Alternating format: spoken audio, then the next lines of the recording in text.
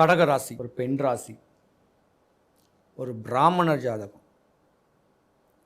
தாய்மை குணம் அதிகம் உடைய பாசக்கார ஒரு ஜாதகம் கடகராசி. தன்னுடைய படிப்பு படித்து அந்த படிப்புக்கு உண்டான வேலை கிடைக்காட்டியும் பிடிச்ச வேலையை கிடைச்ச வேலையை செஞ்சுட்டு வாழ்க்கையை ஓட்டக்கூடியவங்க நீங்கள் தான். கடகராசிக்காரங்களுடைய அப்பா கூட இருப்பாருன்னு சொல்லக்கூடியது சாத்தியம் கொஞ்சம் கம்மி. உடல்நல குறைவில் பல இன்னல்கள் வரலாம். தேவையில்லாத துர்மரணங்கள் ஏற்படக்கூடிய மாதிரி தருணத்தில் கணவன் மனைவி பிரிஞ்சு போவீங்க. பல பேர் கணவன் மனைவிக்குள்ள கருத்து வேறுபாடுனாலையும் கடகராசிக்காரர்களுடைய தாய் தகப்பன் ஆகாத ஒரு நாளையும் பல பேர் பிரிஞ்சு தான் இருப்பீங்க.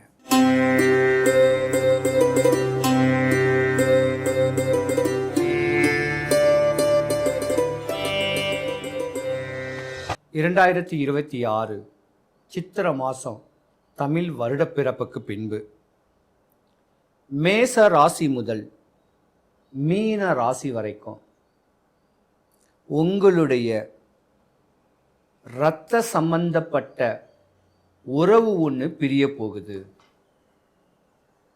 கவனம் தேவை.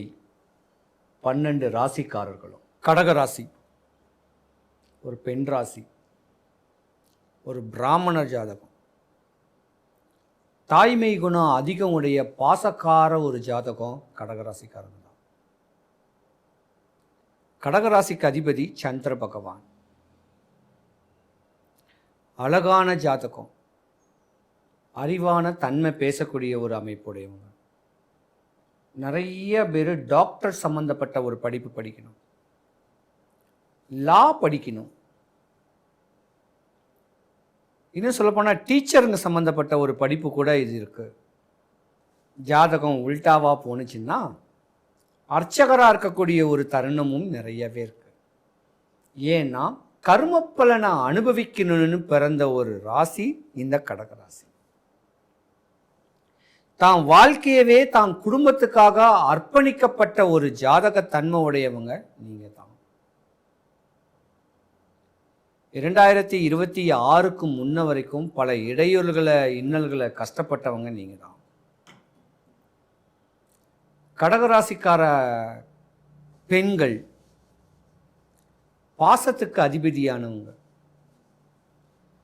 தன்னுடைய படிப்பு படித்து அந்த படிப்புக்கு உண்டான வேலை கிடைக்காட்டியும் பிடிச்ச வேலையை கிடைச்ச வேலையை செஞ்சுட்டு வாழ்க்கையை ஓட்டக்கூடியவங்க நீங்கள் தான். கடகராசி ஒரு குருவுடைய தன்மை உடைய ராசி.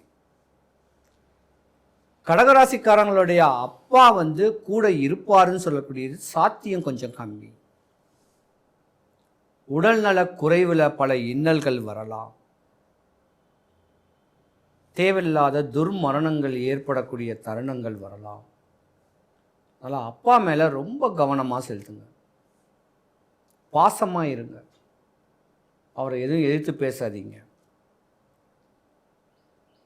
கடகராசியை பொறுத்த வரைக்கும் பார்த்தீங்கன்னா ஒரு குறிப்பிட்ட கால வயசுக்கு மேலே வெளிநாடு வெளி தேசத்தில் பிரவேசம் பண்ணக்கூடிய தருணமும் உண்டு. கடகராசிக்காரங்களுக்கும் பொதுவாகவே தன்னுடைய தாய்க்கும் ஆகாது, தன்னுடைய மாமியார் வேணா ஆகும். ஒரு சில ஜாதகருக்கு ஜென்ம விரோதியாவே கடகராசிக்காரனுடைய தாய் இருப்பாங்க. அதனால தாயுடைய வாக்குல உழாதீங்க, தாயுடைய கோபத்துக்கு ஆள்படாதீங்க. முடிஞ்ச அளவுக்கு பேசாம விலகி இருக்க பாருங்க. கடகராசிக்காரங்களுக்கு பொதுவாகவே சுற்றாறு உற்றாறு சொந்தம் பந்தமே சூனியம் பண்ணுவாங்க. உங்களுடைய வாழ்க்கைய வளர்ச்சியை பார்த்து போராமப்பட்டு ஏவல் கூட செய்வாங்க. அதையும் மீறி தன்னுடைய தீவிர பக்தினால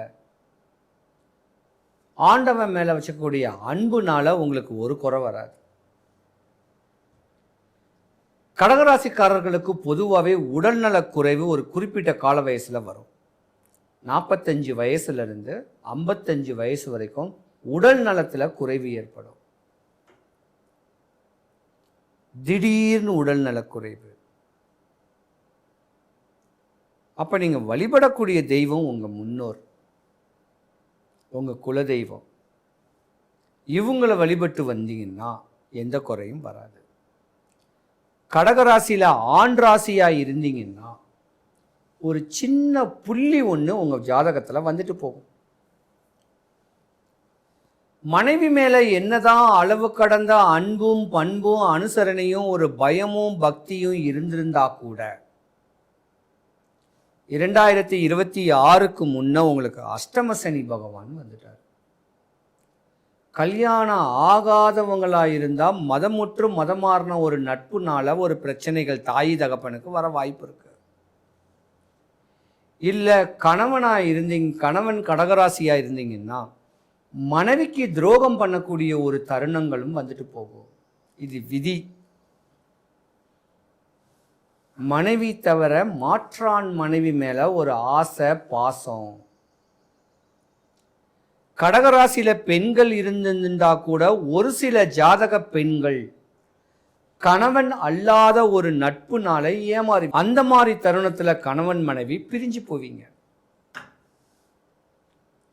பல பேர் கணவன் மனைவிக்குள்ள கருத்து வேறுபாடுனாலையும் கடகராசிக்காரர்களுடைய தாய் தகப்பன் ஆகாத ஒரு நாளையும் பல பேர் பிரிஞ்சு தான் இருப்பீங்க.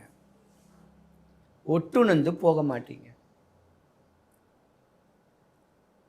கடகராசிக்காரர்களுக்கு 45 வயசுக்கு மேல ஒரு கண்டம் இருக்கு.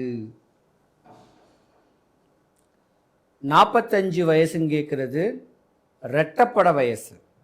44, 46, 48, 50 இந்த ரெட்டப்பட வயசு நடக்கும்போது தான் நீங்கள் கவனமாக இருக்கணும்.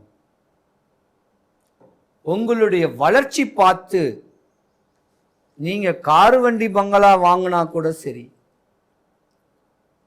ஒரு டிவி ஃப்ரிட்ஜு புதுசாக வாங்கினாலும் சரி, உற்றார் சுற்றாருடைய கெட்ட பார்வையும் அப்படின்னு சொல்லக்கூடிய பெரும் மூச்சும் உங்கள் சாம்ராஜ்யம் சரிஞ்சு போகக்கூடிய அளவுக்கு உடல் நலத்தில் குறைவு ஏற்படக்கூடிய தருணம் ஏற்படும். கவனமாக இருந்துக்குங்க. இருந்திருந்தாலும் 2026க்கு மேலே கணவன் மனைவி கிட்ட கருத்து வேறுபாடு இல்லாமல் ஒட்டுணர்ந்து வாழ்கிறதுக்கும், வீண் பேச்சு அவமானத்திலிருந்து விடுபடுறதுக்கும், வம்பு தும்பு வழக்கு சூனியத்திலிருந்து விடுபடுறதுக்கும் மேற்படி சொன்ன அந்த வல்லக்கோட்டை முருகன் கோவிலில் சொன்ன பரிகாரத்தை கடகராசிக்காரங்க பண்ணுங்க. கடகராசிக்காரங்க உங்கள் ஜாதகத்தை ஒரு நல்ல ஜோதிடர்கிட்ட கொடுத்து, இனி வருங்காலங்களில் என் குடும்பத்தில் ஒற்றுமைத்தன்மையாக இருக்குமா, கருத்து வேறுபாடு வராமல், கவலைகள் இல்லாமல், கஷ்டம் இல்லாமல் வாழ்க்கையை நான் வாழுவேனா, எனக்கு இடையூறு இல்லாத ஒரு வாழ்க்கை அமையுமா அப்படின்னு வேண்டிண்டு உங்கள் ஜாதகத்தை ஒரு ஜோதிடத்தை கொடுங்க. அவர் கணிச்சு உங்களுக்கு சொல்லக்கூடிய ஒரு வழிமுறைகளை சொல்லுவார். அந்த சின்ன வழிபாட்டை நீங்கள் செஞ்சு வந்தீங்கன்னா உண்மையாலுமே எந்த குறையும் வராதுங்க.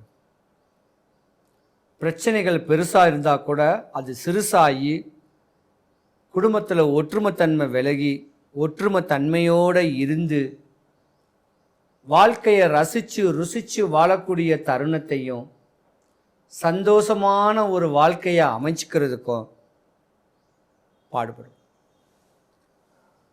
கடகராசிக்காரர்களுக்கு பொதுவாக பாக்கியத்தில் சனி பகவான் வராது. இந்த 2024 நாளும் 8 திசையிலிருந்தும் பொருளாதாரம் ஏற்படும்.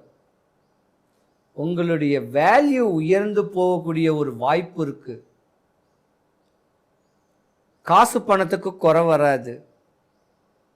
அந்த காசு பணத்தை எப்படி செலவு பண்ணுறீங்கன்னு பார்ப்பாங்க. கடகராசிக்கு ராசிக்கு 8ஆம் இடத்துல ராகு பகவான் இருக்காரு. உங்க ஆயுள், உங்களுடைய வளர்ச்சி, உங்களுக்கு தொந்தரவுகளை கொடுக்கக்கூடிய தருணத்தெல்லாம் கொடுத்துட்டு இருக்காரு. ராகு கேது பெயர்ச்சி வரைக்கும் கடகராசிக்காரர்களுக்கு உடல் நலத்திலையும் குறைவு ஏற்படும். கவனமாய் இருந்துக்குங்க. உங்க முன்னோர் மூத்தோர் வழிபாடுகளை செய்யுங்க. ராகு காலத்தில் வழிபாடுகளை செஞ்சீங்கன்னா பழைய தோற்றம், பழைய கம்பீரம் எல்லாமே அமையும். கடகராசி அன்பர்கள் அனைவருக்கும் சுபிக்ஷம், ஐஸ்வர்யம், கடாட்சியம் கிடைக்க எம்பெருமான் வல்லக்கோட்டை முருகனுடைய அருளாட்சி உங்களுக்கு பரிபூர்ணமாக கிடைக்க இறைவனை நான் பிரார்த்திக்கிறேன். சிவாய நம. குடும்பத்தில் ஒற்றுமையா எல்லாருமே இருக்கிறதுக்கும் எந்த விரயங்களும் ஆகாமல் இருக்க இந்த ஒரு சின்ன ஒரு பரிகாரத்தை பண்ணிங்கன்னா யாருக்கும் எந்த குறையும் வராது. சென்னை தாம்பரத்துக்கு மிக அருகில் இருக்கக்கூடிய வல்லக்கோட்டை முருகன் கோவில். இந்த கோயிலுக்கு ஒரு 5 வாரம் வரேன்னு வேண்டிக்கிங்க. வாரம் போகிறதுக்கு முன்ன ஒரே ஒரு சேவல் வாங்கி உங்கள் வீட்டு வாசலில் கட்டி போட்டு தீனி போடுங்க. 5ஆவது வாரம் அந்த சேவலை எடுத்துட்டு கோயிலுக்கு கொண்டு போயிட்டு கோயில் அதிகாரிகள் கிட்டையாவது கோயில் குருக்கள் கிட்டையாவது கேட்டு, நான் இந்த மாதிரியான ஒரு பரிகாரத்தை இந்த கோயிலுக்கு இந்த சேவலை நியமிச்சு விடுறேன் அப்படின்னு கேட்டிங்கன்னா அவங்க ஒரு வழிபாடை ஒன்று சொல்லுவாங்க. அந்த வழிபாடை சொல்லும் போது அவங்க சொன்ன மாதிரி நம்ம அந்த பரிகாரத்தை பண்ணோன்னா குடும்பத்தில் ஒற்றுமை, நோய், அரசியல், ஆன்மீகம், கடன், பயம், சத்ரு, எதிரி, செய்வினையால் பல இடையூறுகள் அடைஞ்ச நீங்களும் கஷ்டங்களும் கருமாயமும் பற்ற நீங்களும் இந்த ஒரு சின்ன வழிபாட்டை முறையான நாள் வெள்ளிக்கிழமை, சனிக்கிழமை இந்த 2 தினத்தில் பண்ணிங்கன்னா உங்கள் வாழ்க்கை சுபிக்ஷம், ஐஸ்வர்யம், கடாட்சியம் கிடைக்கும். சிவாய நம.